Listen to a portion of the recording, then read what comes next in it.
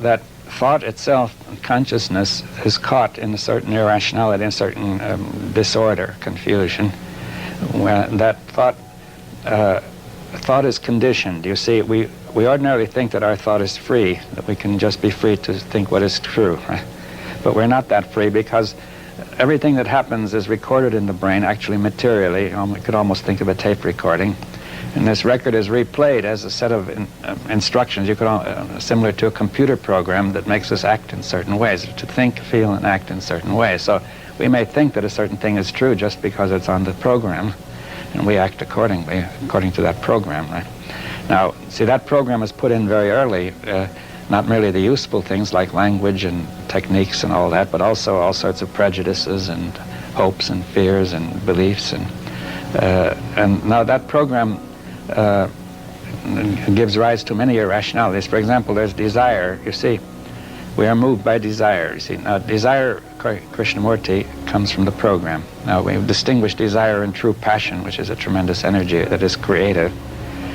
Desire is programmed, and what you really want out of desire is some sort of state of perfection of consciousness. You want everything to be happy and good and right and orderly and harmonious and everything just right, you see.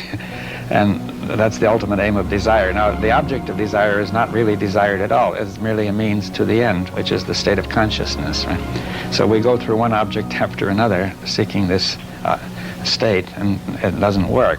Now, it's not merely that disappointment arises in there, but desire creates self-deception. That is, the quickest way to satisfy desire momentarily is to engage in wishful thinking. That is, to arrange your ideas according to what you desire, you see. So I think that this self-deception, I've observed, is one of the major components of human thought. That is, most thought is self-deception. In fact, the dominant thought is almost always self-deception. However rational you may be in applying your techniques, the end is always determined by self-deceptive thought. Can you give us an example of how that would work? Yes, well, I'll give you an example of self-deception first. I take flattery. You see, a person may have been hurt as a child and loses confidence in himself. It's on the program. The program is always demanding overcoming that, so anybody who tells him he is good and right and so on is believed to be true, and he can do anything, right? And everybody is seeking flattery and becoming very annoyed with insults and getting angry. And also people get angry, say, for not just for a second, as young children do, but for years, and even, say, hundreds of years, with, you know, nations fighting each other, like Northern and Southern Irish and so on. And it all goes on the program, you see, generation after generation. Now, so you can see that, see, people have, what do they want out of life? Their supreme value. You see, some people want money, some people want power, some people want security, right?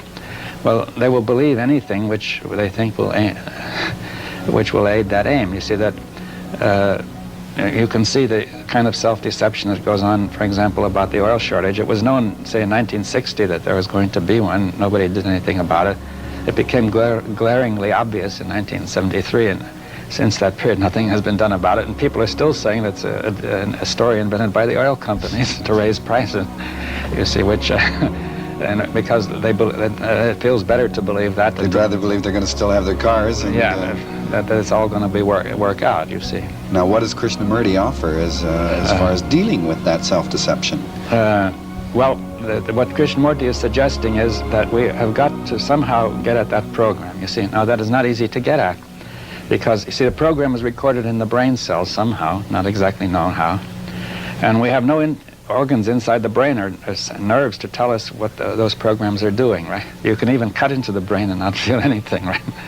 All our sensations come from nerves that are connected to sense organs, right? Now, what Krishnamurti proposes is there is nevertheless a way to be aware of that program, give it attention, as we give attention to an object outside. You see, the program is a material structure, as this is, but one is inside, the other is outside. This thing outside, we don't depend only on memory to know what it is, but our senses also tell us something directly, right? So our thought is informed by the senses. Now, when it comes to looking inside, we haven't got any real senses, and we depend mostly on memory, which tells us nothing because it's just the program speaking. So what we can do is to observe this program reflected in two ways. We make a mirror, both in our relationships with others, which will show us our programs, and then also watching the feelings which those programs are producing in ourselves, like fear, anger, all the sensations all over the body, seeing the connection between thought and that state of sensation and feeling and bodily action. For example, if you're frightened, you see the whole body is tense, the heart beats faster, you may feel a sinking sensation in the stomach, and you say, I am afraid.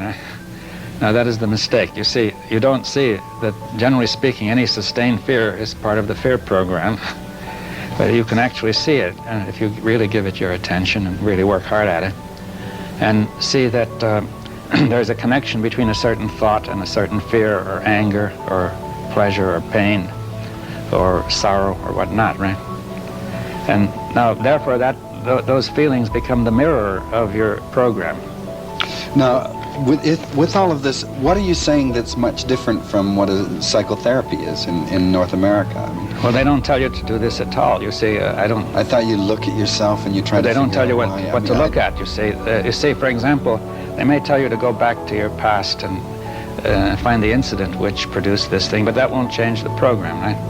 Now, if they tell you to look at yourself, they're not telling you what to look at. You see, if I say look at yourself, what are you going to look at? I mean, you could say, I see that I'm in trouble on certain points, but I feel certain feelings which are me, right? See, they accept the ego, and once you accept the ego, there is no way out. You see, they accept the ultimate reality of the ego, as the physicist is looking for the ultimate particle. Right. Instead of saying the ego is nothing but a structure in the whole, which can come and go, right? Now, if you say these feelings of anger, let's say you're angry, right? Somebody has said something to you, he's hurt you, and you're angry. Now you say, this anger is me, being angry, and therefore my problem is, either I must show the anger is justified, right? I think the anger is justified, or I say I shouldn't be angry. Well, both of those are merely modifications of the program. You see, your thought comes from the program, like the computer. So your thought says, this anger is justified, and you go on with it, or your thought says it's not justified and I shouldn't go on with it. But you haven't dealt with the fundamental question of being angry? No, because it's on the program. See, if you had a machine which was angry, see, programmed to be angry, now you could put on another program, don't be angry, and they'd just be fighting each other. Or you could put on a program saying it's perfectly all right to go on being angry. Okay, once you have that perception, though, that you're not dealing with it properly. Yes. If you try to rationalize it or understand it, then what do you do at that point? Well, you see, what you have to do is to touch the actual material process of the program, right? Right. Now, see, awareness can touch that. You see that, for example, see, this program is nonsense, really. Is that clear? Some programs make sense, but this one doesn't. Now, generally, when you see nonsense in a simple affair, it loses its power over you. You see, if you said, I thought I was going north, and I see I'm actually going south, and you say, I don't feel an impulse to keep on going north. Right? But you see, if you're angry and you can see that this thing is leading you into all sorts of nonsense, but you find you can't stop it because you haven't got to the bottom of it. Mm-hmm. Now, if you can really see this thing at work, to see it is actually originating from memory, producing that feeling, then it becomes plain that it's nonsense, that there's no point to just keeping this machinery going. And in a sense, that program then is erased. Or it's made null and void, right? Or erased, I don't know. Have you actually experienced that? Yes, I can see it.